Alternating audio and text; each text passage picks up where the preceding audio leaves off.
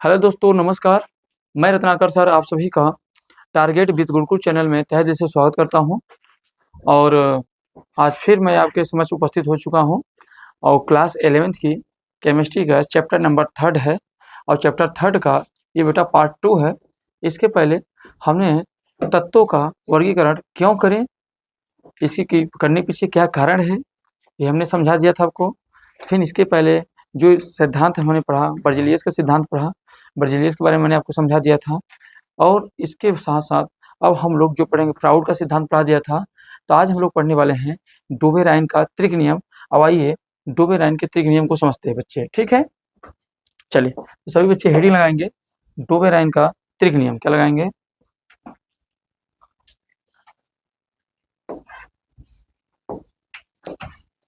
चलिए भाई, हेडिंग बनाइए।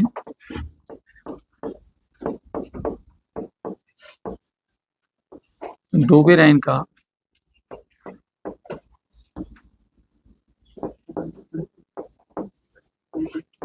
त्रिक नियम।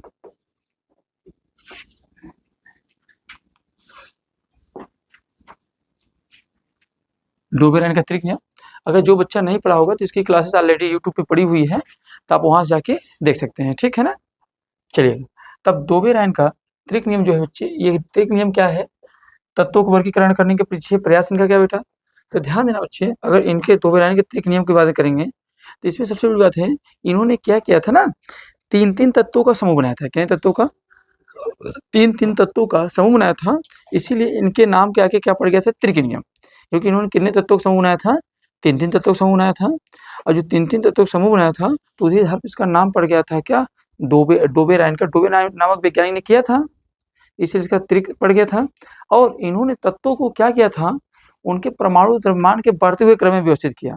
क्या किया? परमाणु द्रव्यमान को उनके बढ़ते हुए क्रम में व्यवस्थित किया।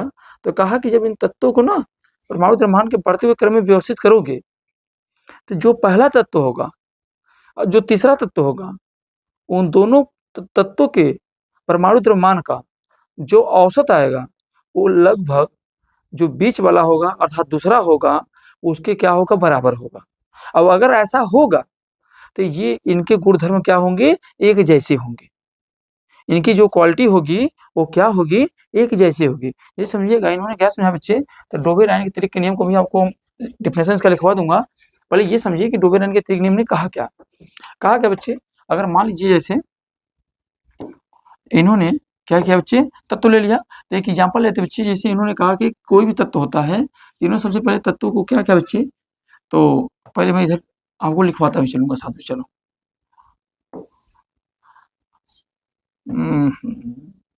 चलो, तो सबसे पहला पॉइंट बेटा इनके क्वेश्चन में सबसे पहला बन जाएगा कि इन्होंने 3-3 तत्वों का क्या बनाया था? समूह बनाया था। क्या बनाया था? इन्होंने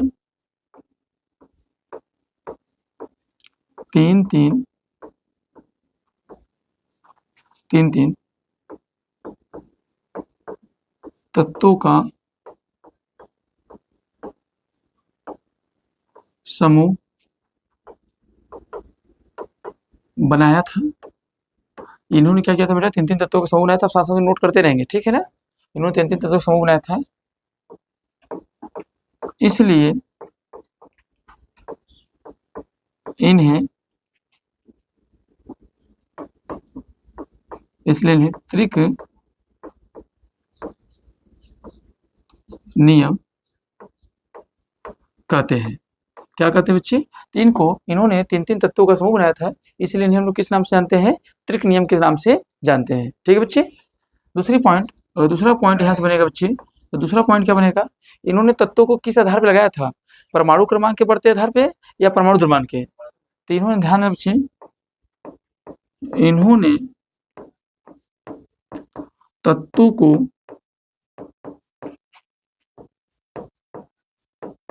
परमाणु द्रव्यमान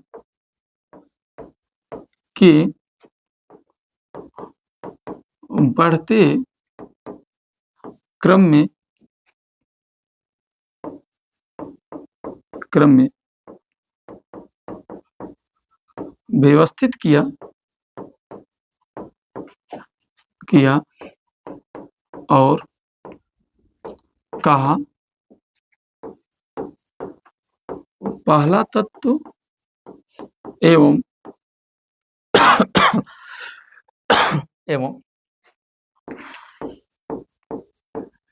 तीसरा तत्व का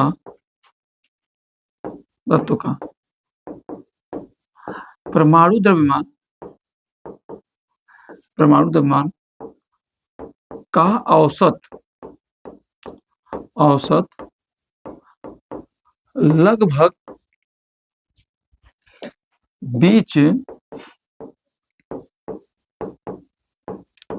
वाले तत्व के परमाणु द्रव्यमान के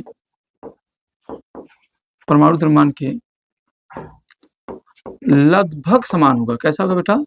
लगभग क्या होगा? समान होगा। इनका नियम था क्या? तीसरे तत्व का परमाणु द्रव्यमान का औसत लगभग बीच वाले तत्वों के परमाणु द्रव्यमान के लगभग क्या होगा? लगभग परमाणु द्रव्यमान के क्या होगा? लगभग तत्वों के परमाणु द्रव्यमान के लगभग समान होगा। मतलब जितना पहला तत्व होगा, जितना तीसरा तत्व होगा, इन सभी के क्या होगा? समान होगा। बस समझिएगा क्या इन्होंने कैसे इसको प्रूव किया बेटा। जैसे अगर मैं आपसे कहूँ, जैसे इधर हम लोग देख सकते हैं, इधर है ना, इधर दिखाई दे रहा है। चलिए कोई बात नहीं। अब देखिए जैसे इन्होंने क्या किया, जैसे मान लेते बेटा हम लोग पास 3 तत्व है ना, क्या बच्चे? 3 तत्व लेते हैं। तो 3 तत्व लिया, जैसे बेटा हमने लिया MA लिया बेटा, और दूसरा हमने लिया MB लिया, और तीसरा हमने लिया MC लिया, राइट। तो ये क्या हुआ बच्चे? 3 तत्व लिए। तो ऐसे इन्होंने 3 तत्वों को क्या बना दिया? समूह बना दिया। अब इन्होंने कहा अब इनको जो रखा है, इनके क्या किया है? एटॉमिक मास के आधार पर रखा है। किसके आधार पर रखा है? एटॉमिक मास के आधार पे, अर्थात परमाणु द्रव्यमान के आधार पे।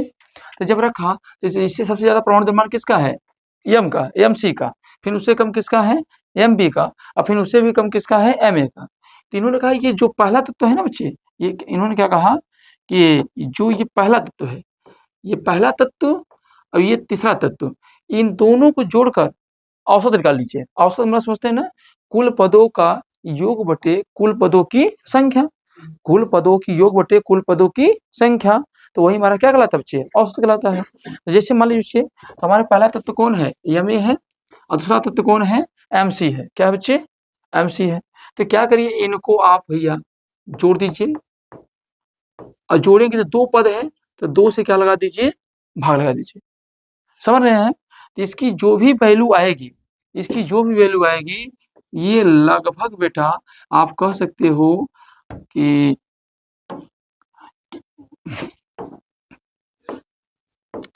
MB के भार के बच्चे क्या होगा? बराबर हो। क्या बताया कि जो MA होगा, जो MC का जो टोटल भार होगा, उसे 2 से भाग लगा देंगे तो लगभग उस संख्या क्या हो जाएगी? बराबर हो जाएगी। समझ रहे हैं? तो आइए इनके द्वारा जो दिए गए एग्जाम्पल थे, उनको जरा समझने का हम लोग क्या करते हैं? प्रयास करते हैं। तो इन्होंने क्या एग्जाम्पल दिया था बच्चे, जरा सा देखते हैं। देखो बच्चे, जैसे मैं नेक्स्ट पेज ले लूँ, आप लोग नोट डाउन कर लिए हैं? चलिए, अगर नहीं किए रहते तो दोबारा देखा करिए, 2 बार तैयार होगा ना। चलिए आइए देखो बच्चे, जैसे मैं बताऊं, इन्होंने क्या किया? 3 तत्वों का समूह लिया था, तो हम भी क्या करते हैं? 3 तत्वों का समूह ले लेते हैं। चलो बच्चे, तो पहला लेते हैं। तो पहला हम जिसे ले लेते हैं, किसका लेते हैं? सोडियम, लिथियम, सोडियम, और क्या लेते हैं बेटा? पोटेशियम। क्या लेते हैं? तो हमने लिया आपको लिथियम ले लिया बच्चे, और क्या ले लिया? सोडियम ले लिया, और प्लस क्या ले लिया बच्चे? पोटेशियम। तो आप सभी बालक को इतना तो पता है कि नीचे क्या होता है? एटॉमिक नंबर होता है, ऊपर क्या होता है? एटॉमिक मास, अर्थात परमाणु द्रव्यमान। अब आप ऐसे समझ लिया करिए कि परमाणु भार कहाँ ढोया जाता है? भार को कहाँ ढोते हैं? सिर पर। तो भार भी कहाँ रहेगा? सिर पे रहेगा। तो बच्चे आप जानते हो इसका ये कितना होता है बच्चे? 3 होता है, और इसका कितना होता है? 7 होता है। इसका कितना होता है बच्चे? 11 होता है। तो इसका कितना होता है? 23 होता है। पोटेशियम कितना होता है बेटा? 19 होता है, और ये होता कितना है? 39। तो आप जानते हैं ऊपर वाला एटॉमिक नंबर है, ऊपर वाला एटॉमिक मास है। ये क्या है बच्चे? Atomic number. और ऊपर वाला जो है बच्चे क्या है?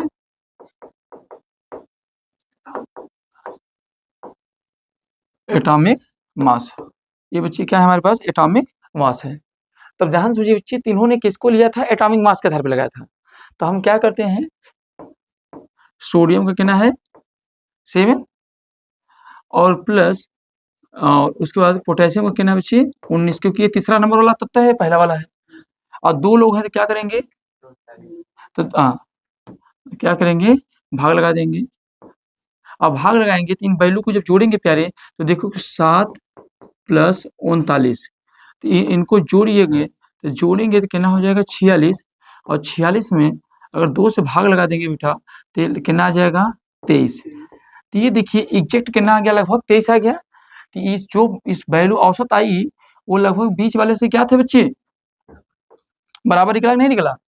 तो कहा अगर ये बराबर निकल रहे हैं तो समझिएगा यह तीनों तत्व एक साथ गुणधर्म को प्रदर्शित करते हैं, इन सभी की क्वालिटी क्या है, एक जैसी है। ऐसे इन्होंने बेटा एक एग्जाम्पल और दे दिया बेटा, जैसे मान लीजिए ये हमारे पास पहला एग्जाम्पल था और दूसरा ले लीजिए। ऐसे इन्होंने किसको दिया बेटा, कैल्शियम को, कैल्शियम लिया, यस ए लिया, एस आर, और किसको लिया, बी। इन 3 तत्वों को लिया बेटा। अब कैल्शियम का कितना होता है, आप सभी लोग को पता है कितना होता है, 40 होता है। इसका कितना होता है बच्चे 40 88, और उसका कितना होता है 137, कितना होता है 137। अब जरा सा ये पहला है, ये तीसरा है, इन तीनों को क्या करिए, जोड़ दीजिए। तो बेटा अगर हम लोग जोड़ते हैं तो 40 + 137/2। अब बताइए 40 और 37 को जोड़ेंगे तो कुल कितना आ जाएगा, 177 आ जाएगा। कितना आ जाएगा बच्चे, 177 आ जाएगा।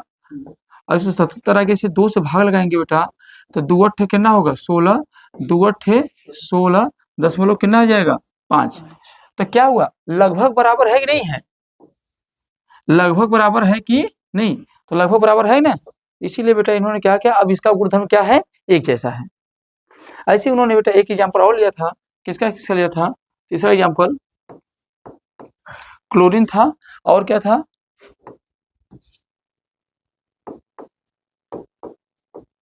और इस आयोडीन, क्या लिया था बच्चे, आयोडीन। अब क्लोरीन का आप सभी को पता है 39 दशमलव कितना होता है बच्चे 5 होता है, कितना होता है 39 दशमलव कितना होता है बच्चे 5। इसका कितना होता है बच्चे 80, कितना होता है 80। और आयोडीन का कितना होता है 127, कितना होता है बच्चे, आयोडीन कितना होता है परमाणु भार 127। तो जरा 39.5 + 127 अपान कितना करेंगे बच्चे 2 करेंगे। तो जब 2 करेंगे तो इन सभी वैल्यू को अगर जोड़ लेंगे तो कितना बनेगा, तो लगभग जोड़ दीजिए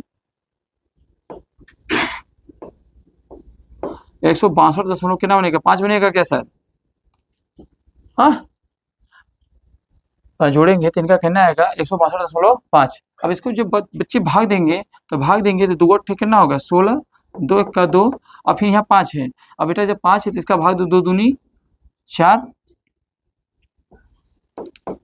2 दूनी 4, एक जाएगा 5, तो कितना आ गया लगभग 81.25 हो गया। तो लगभग देखेंगे इस तत्व के बराबर है कि नहीं है, लगभग, इसीलिए हमने शब्द क्या लगाया था बच्चे, लगभग, क्या लगाया था, लगभग। तो बात समझ पाए। तो ये अच्छा बताऊं, जब उन्होंने वर्गीकरण किया था डोबेरान का त्रिक नियम, तो ये बच्चे कुल मिला के यही उस समय कुछ तत्व ज्ञात ही थे, बहुत ज्यादा तत्व ज्ञात नहीं थे। तो ये इनका मात्र ये जो नियम लागू हुआ ना, तो इन्हीं 9 तत्वों पे काम ही किया। अब बाकी जब नए तत्व आए तो नए तत्व जब देखा गया तो लगभग बराबर नहीं रहे, बहुत ज्यादा फ्लक्चुएशन आने लगा, और जब रख भी रहे थे तो उनके गुणधर्म समान नहीं हो रहे थे।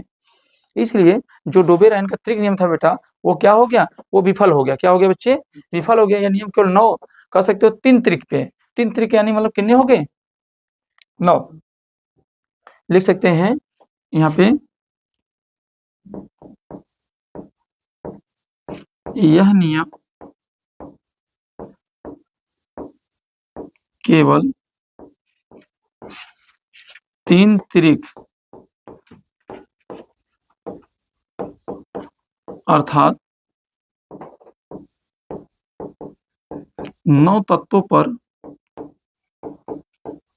लागू हुआ।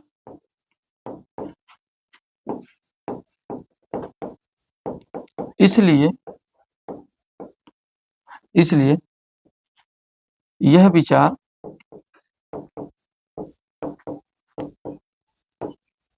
विफल हो गया। बोलो, क्या आपने डोबेराइन का त्रिक नियम समझ पाए? और क्यों विफल हो पाया? क्योंकि ये मात्र कितने तत्वों पर लगा बच्चे? यही 9 तत्व मतलब 3 त्रिक पे। ठीक है, तो ये था आपने अभी जो समझा, ये क्या था बच्चे? दो हाँ? किसका बच्चे? किसका? कितना होगा? अच्छा सॉरी, हाँ 39 नहीं 35.5 होगा ना क्लोरीन का, तो इसलिए यहाँ भी 35.5 कर देंगे, तो जोड़ सही है ना? हाँ, तो यहाँ 35 होगा। चलो कोई बात नहीं, वेरी गुड, गलती से हो गया था 39.5। अब हम लोग करेंगे क्या? 35.5 होता है। ठीक, चलिए नोट डाउन आपका हो गया।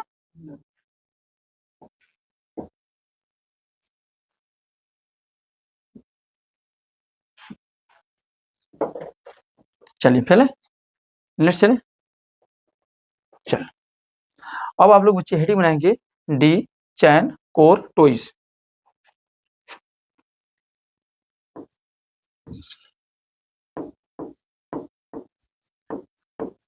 क्या नाम है इनका बेटा? डी चैन कोर टॉयज।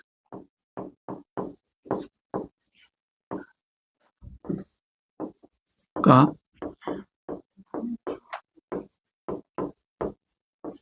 सिद्धांत। अब देखते हैं इन्होंने तत्वों का वर्गीकरण किस आधार पर किया ना बच्चे? अब इन्होंने तत्वों का वर्गीकरण किस आधार पर किया, जरा आइए हम लोग समझते हैं ना। इन्होंने भी एक तरीके से देखा जाए तो ये कैसे वैज्ञानिक थे बेटा? तो ध्यान देना, फ्रांसीसी वैज्ञानिक थे। कैसे थे अगर कहा जाए तो फ्रांसीसी भूगर्भ शास्त्री थे, एक तरीके से जियोग्राफी बारे में बताने वाले थे। पर इन्होंने किसके बारे में बताया है? तत्वों के वर्गीकरण में बताया है। तो बच्चे ध्यान देना,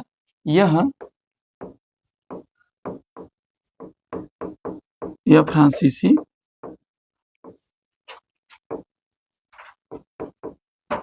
भूगर्भ शास्त्री थे। तो ये कैसे थे बेटा?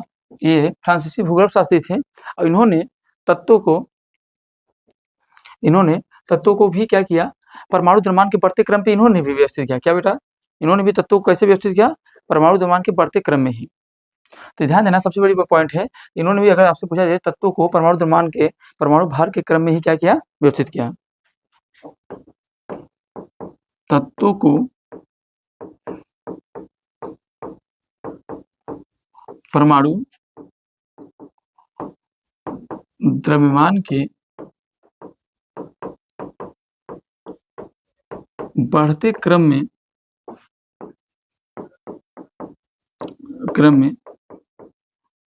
व्यवस्थित किया। अब आइए ये समझते हैं कि इन्होंने कैसे इसको व्यवस्थित किया बच्चे। तो जैसे इन्होंने क्या किया ना, इसको वृत्ताकार पथ में लगाने की कोशिश किया। किस में? वृत्ताकार पथ में। जैसे बच्चे इसे समझो, ये एक वृत्ताकार पथ हो गया बच्चे। तो जैसे मान लीजिए कि हम अगर एग्जाम्पल मान के चलते हैं, जैसे बच्चे इन्होंने यहाँ क्या रखा है? ए रखा। क्या रखा? A B C D E F G H, इस तरीके से इन्होंने क्या किया बेटा? एक लिख लिया, ऑर्बिट बना लिया। अब इसके बाद इसके ऊपर इन्होंने क्या किया? एक दूसरा ऑर्बिट रखा। क्या रखा? दूसरा ऑर्बिट रखा। अब इसके ऊपर भी तत्व को लगाया। क्या किया? इसके ऊपर भी इन्होंने तत्व को लगाया। जैसे यहाँ पे इन्होंने किसको रखा बच्चे? एन को रख दिया। यहाँ इसको रख दिया एन, ओ को रखा, P Q R S T U, इस प्रकार से रखा। और बताया क्या कि जैसे मान लो जो हमने ऑर्बिट लगाया है ना, तो हर एक ऑर्बिट की जो जिसके एकदम ऊपर है वह तत्व एक समान गुणधर्म प्रदर्शित करते हैं। क्या बताया उन्होंने कि अगर जैसे बी के ऊपर क्या बच्चे? ओ है, सी के ऊपर क्या है? पी है, और डी के ऊपर क्या है? क्यू है, ई के ऊपर क्या है? आर है, और एफ के ऊपर क्या है? एस है, और जी के ऊपर क्या है? टी है, और एच के ऊपर क्या है बच्चे? यू है। तो जो जिसके ऊपर होगा, तो ये जिसके ऊपर है बच्चे, ये सभी के ऊपर है। तो जैसे जैसे ऊपर आप पढ़ते चले जाओगे, जैसे ऐसे और तत्व लगाते चले जाओ, तो लगाते चले जाओगे तो जो जो जिसके जो ऊपर आएगा वो सभी के सभी क्या करेंगे, समान गुणधर्म प्रदर्शित करेंगे। बोलो बात समझे क्या? और जो गुणधर्म समान प्रदर्शित नहीं कर रहे थे, जैसे जो कोई गुणधर्म समान प्रदर्शित नहीं कर रहे थे, जैसे मान लीजिए बेटा यक्ष है, तो अगर यक्ष है गुणधर्म प्रदर्शित नहीं कर रहा है, इन दोनों से अलग है, तो उसके इन दोनों बीच में डाल दो।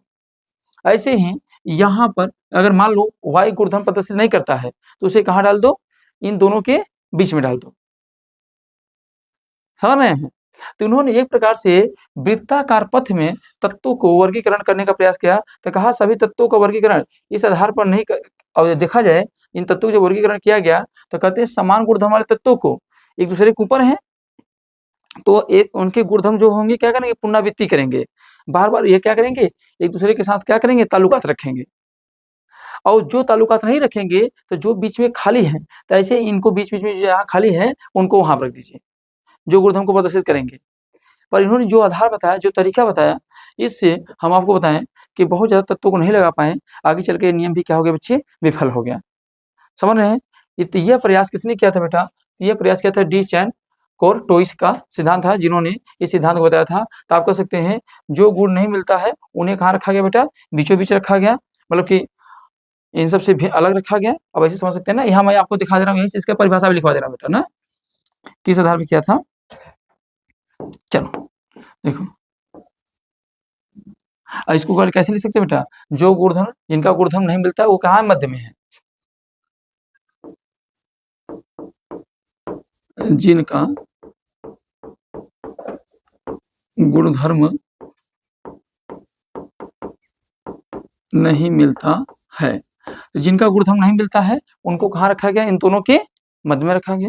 अब ये अगर देखा जाए, ये सभी जो मैंने आपको लगाया है, तो ये सभी क्या है, यह समान गुणधर्म प्रदर्शित करने वाले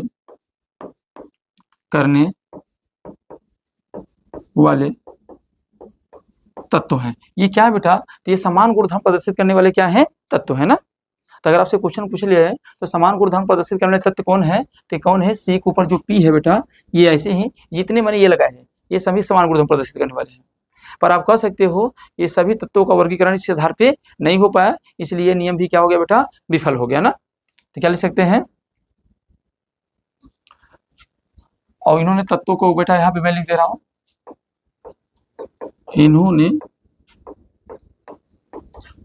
तत्वों को वृत्ताकार पथ में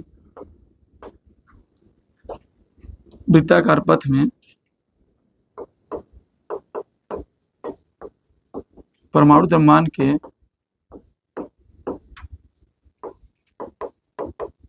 बढ़ते क्रम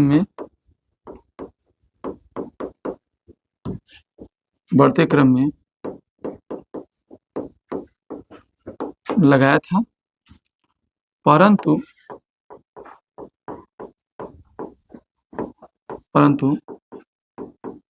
सभी तत्वों को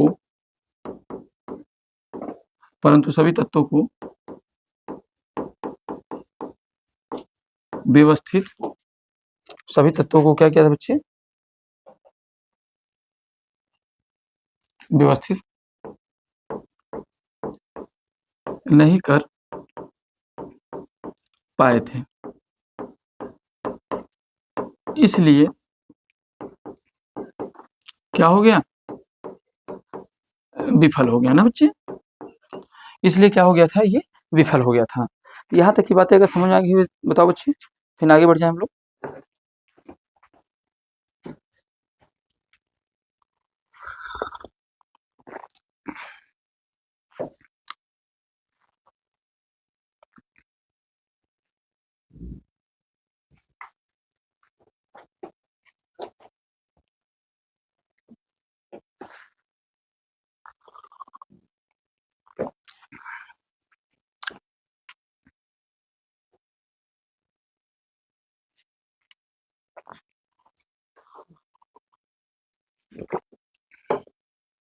चलिए आप लोग जितनी बातें लिख लिए होंगे ठीक है, नहीं तो स्क्रीनशॉट ले लीजिएगा ना, स्क्रीनशॉट अपने अपने रेटिना से ले लीजिएगा। चलिए बच्चे, तो अब आइए, अब हम लोग करते हैं क्या, अब पढ़ते हैं न्यूलैंड का अष्टक नियम ना, क्योंकि न्यूलैंड का अष्टक नियम आज पढ़ा देता हूँ, तो जिससे कल हम लोग चलेंगे मेंडलीव की लोथर मेयर का वक्र बचा रहेगा बेटा, और फिर मेंडलीव और फिर मोजले, राइट। क्योंकि जब इनको पढ़ लेंगे तब तत्वों के आवर्ती गुणनफल, आवर्ती गुणधर्म को पढ़ेंगे ना, क्योंकि इस चैप्टर को दो भागों में बांट के पढ़ रहे हैं। पहला तो क्या है कि एक तो तत्वों को वर्गीकरण करने के पीछे इन सभी वैज्ञानिकों का क्या भूमिका थी ये देख रहे हैं, और दूसरी भूमिका होगी कि जब तत्वों को व्यवस्थित कर दिया गया तो इनमें क्या क्या समानताएं हैं, क्या क्या अपवाद स्वरूप पड़े हुए हैं, क्या अभी भी वर्तमान आवर्त सारणी में कमी है कि नहीं है। तो पढ़ने के दौरान पता चलेगा कि हमने इतना कई सारे वैज्ञानिकों को रिजेक्ट किया, अब आज जो हम लोग आवर्त सारणी पढ़ रहे हैं आज भी इसमें गलत आवर्त सारणी पढ़ रहे हैं। अभी आपको पता चलेगा कि हम लोग आवर्त सारणी का जो अध्ययन कर रहे हैं हाँ काफी सही है, पर कमियां भी इनके अंदर है, तो कमियों पर चर्चा करेंगे। चलिए हेडिंग बनाएंगे न्यूलैंड का अष्टक नियम। क्या बनाएंगे बच्चे, न्यूलैंड का अष्टक नियम।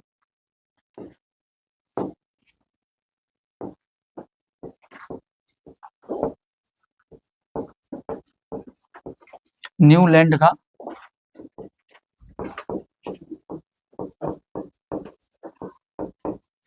अष्टक नियम। चलो भैया, ये बहुत सीधे साधे आदमी थे, और इनको संगीत से निहायती ही प्रेम था ना, ये संगीत से क्या थे, संगीत के प्रेमी व्यक्ति थे। अच्छा अभी आप लोग जो पढ़ रहे हैं, जैसे इसमें आपने डी, आपको जो मैंने बताया कोर्सोई का नियम, बस वही अलग है, बाकी आप ये चीजें कक्षा 10 में भी पढ़े रहे होंगे अभी तक का जो बातें हैं, पर आपके कक्षा 10 से सिलेबस कट चुका है। नहीं तो पहले ये 10 में था, पर अब सिलेबस में तत्वों का वर्गीकरण का चैप्टर क्लास 10 में था, पर अब क्या हो गया बच्चे, कट चुका है। तो इसीलिए क्योंकि अब 11th में पढ़ना है तो 10 में क्यों पढ़ाया जाए, तो 10 11 में ही पढ़िए पूरा पूरा, व्यवस्थित ढंग से पढ़िए, क्योंकि वहाँ आधा अधूरा पढ़ते हैं, इसीलिए इसको यहाँ पर रखा गया बच्चे।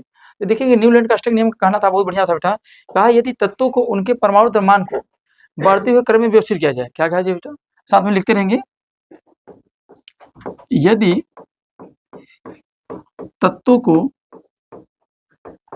को इनके परमाणु द्रव्यमान के बढ़ते क्रम में व्यवस्थित किया जाए तो प्रत्येक 8वां तत्व, क्या कर सकते हैं बेटा, जो हमारा प्रत्येक क्या होगा बच्चे, 8वां तत्व होगा, वो अपने क्या होगा, प्रत्येक अपने 8वें तत्व के साथ समान गुणधर्म प्रदर्शित करेगा। तो प्रत्येक 8वें तत्व के साथ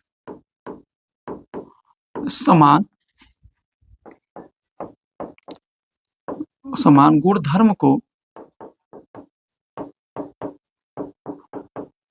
प्रदर्शित करता है। क्या करता है बच्चे, तो समान गुणधर्म को क्या करता है बच्चे, प्रदर्शित करता है। जैसे ऐसे समझिए बच्चे, अगर एक एग्जाम्पल मान के चलते हैं, फिर इनके उसको भी लिखवा देंगे हम। जैसे बच्चे मान लो, जैसे हमने ए लिखा, बी लिखा, सी लिखा, डी, ई, एफ, जी, क्या बच्चे, एच है ना। तो देखो बेटा जो हमने लिखा, तो ये जी लिख लिया ना, अब जी के बाद क्या आएगा, एच आई जे के एल एम एन आएगा, क्या आएगा, एच आई जे के एल एन एन, यही आएगा। तो बेटा ये आ रहा है ना, तो इसका नंबरिंग कहना है, 1 नंबर पे है, ये 2, ये 3, ये 4, ये 5, ये 6, एक 7, ये 8 है, 9, 10, 11, 12, 13 एंड 14, 3 नंबर हमने लिख लिया बेटा। अब ये नंबर लिखा तो आप एक बात समझिए बहुत अच्छा सा, जैसे ये पहला तत्व है बेटा, तो ये पहले के लिए 8वां तत्व कौन है, ये अच्छा ही नहीं है। अगर पहले के लिए 8वां तत्व देखेंगे तो क्या होगा, एच, क्योंकि पहले बार देखेंगे तो 7 ये आ गए होंगे बेटा, फिर इसके बाद हमारे पास ये है, तो अगर मैं आपसे कहूँ तो पहले तत्व के लिए 8वां तत्व कौन बनेगा? H। तो जो पहले तत्व की क्वालिटी है वो 8वें तत्व की जो क्वालिटी है वह क्या है बच्चे? समान है। क्या बच्चे? समान है। इसके अच्छा दूसरे के लिए 8वां तत्व कौन बनेगा? I बनेगा। दूसरे के लिए 8वां तत्व कौन बनेगा? I बनेगा। तो इसका समान गुणधर्म होगा। तो मतलब एक तरीके से हर एक 8वां तत्व जो होगा वो क्या करेगा?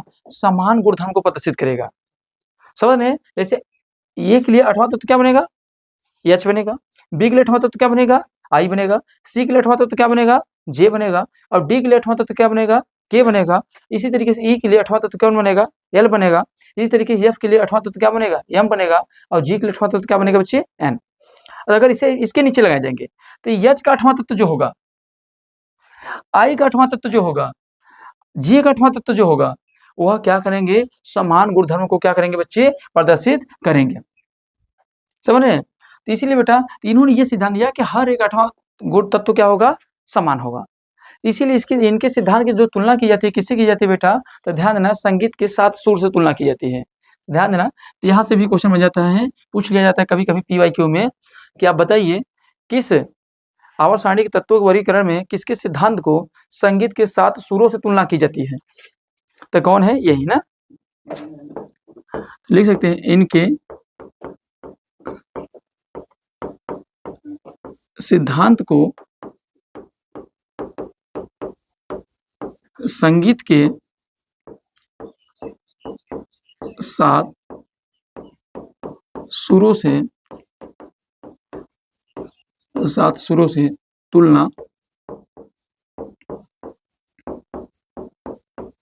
किया जाता है। तो आपसे पूछा संगीत के 7 सुरों से तुलना किसका किया जाता है बेटा? तो आप बता सकते हैं इनका किया जाता है, वही होता है, क्या होता है हमारे पास? सा रे गा मा पा। देखो पा के बाद क्या होता है बेटा? तो पा धी ना, सारे गामा पा धी। दी होता है, धी होता है बच्चे? बताओ, हमको पता नहीं है। पा दा नी, ध्यान देना, ये होता है पादानी। तो ध्यान है सारे गामा, तो 2 2 4 2 6, ये कितना हो गया बेटा? 7। अब इन्हीं के आधार पर इन्होंने क्या किया था? तत्वों को लगाया था।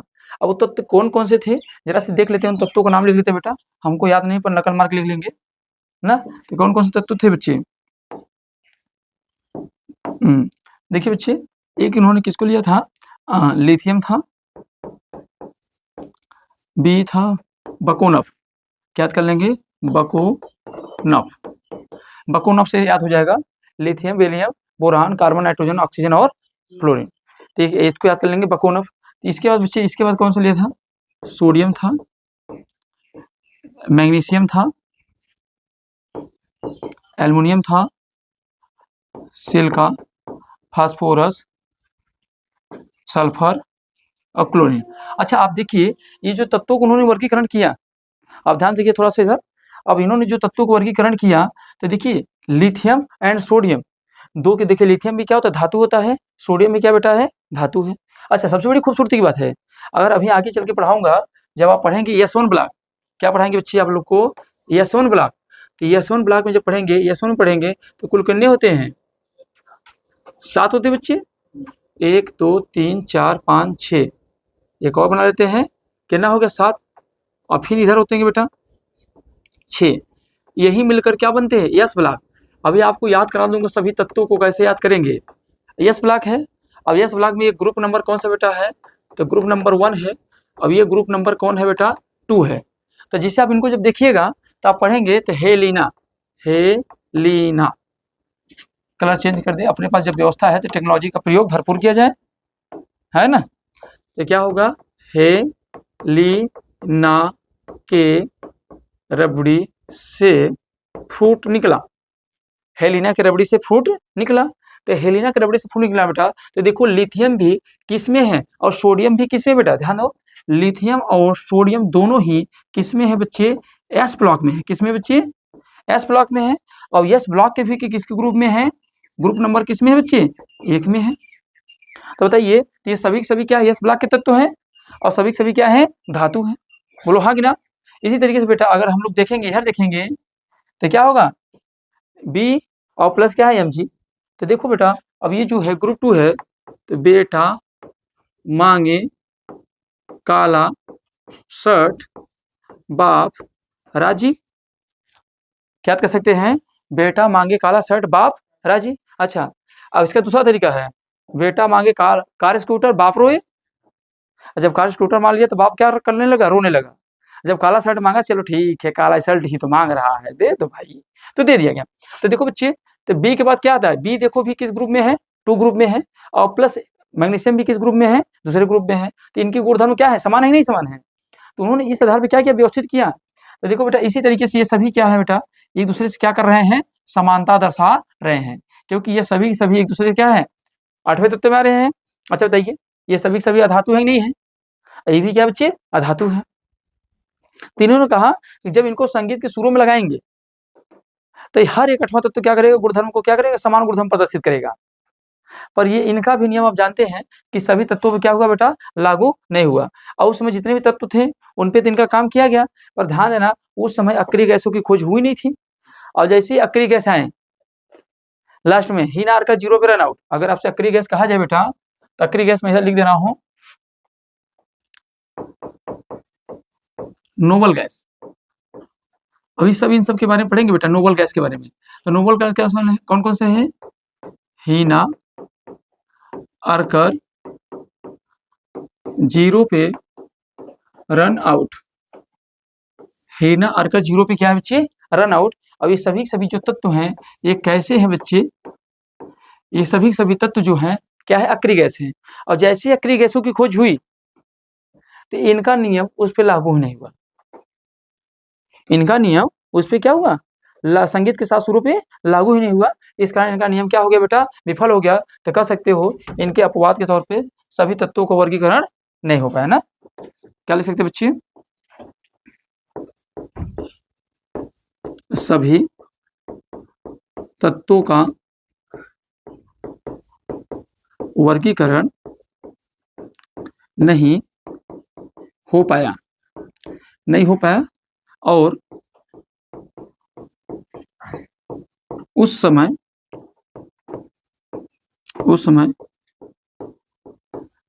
अक्रिय गैसों की खोज नहीं हुई थी। ठीक है, तो ये इनकी क्या थी, इनकी विशेषताएं और प्लस इनकी क्या थी बच्चे, कमियां। तो अगर आपसे क्वेश्चन पूछ लिया जाए तो क्या आप आराम से अब न्यूलैंड के अष्टक नियम को, डो बेराइन के त्रिक नियम को, और डी साहब का नियम, उनको हम डीए साहब कहेंगे ना, क्योंकि खतरनाक आदमी उसका नाम ही नहीं याद होता है ना। तो ये सभी सिद्धांत बेटा आप पढ़ लिए हैं। तो कल हम लोग पढ़ेंगे, क्या पढ़ेंगे, लोथर मेयर वक्र पढ़ेंगे, और कल पढ़ेंगे मेंडलीव की आवर्त। ठीक है, तो आप यहाँ से यहाँ तक क्या करेंगे, रिवीजन कर लेंगे, और इसको बढ़िया से अपना नोट्स बनाएंगे, और आपके बोर्ड में देखेंगे, देखिए जो भी क्वेश्चन आने वाले होंगे बड़े आसानी से आप कर ले जाएंगे। इसीलिए बेटा हम थ्योरी आपको क्यों लिखवा रहे हैं, साथ साथ में इसकी परिभाषा, क्योंकि आप बोर्ड के एग्जाम में क्या करना पड़ेगा, आपको लिखना पड़ेगा। और लिखना है तो क्या करना पड़ेगा, आपके पास कंटेंट हो, शब्द हो। तो इसीलिए मैंने क्या कर रहा हूँ, आपको साथ साथ में आपका नोट्स भी बनवाते चल रहा हूँ। राइट, तो चलिए फिर मिलते हैं अगले क्लास में। तब तक के लिए सभी को जय हिंद, जय भारत। और सभी यूपी बोर्ड के बच्चे मन लगा के मेहनत करें, इस बार क्या करेंगे, 90 का आंकड़ा पार करेंगे। ठीक है, चलिए।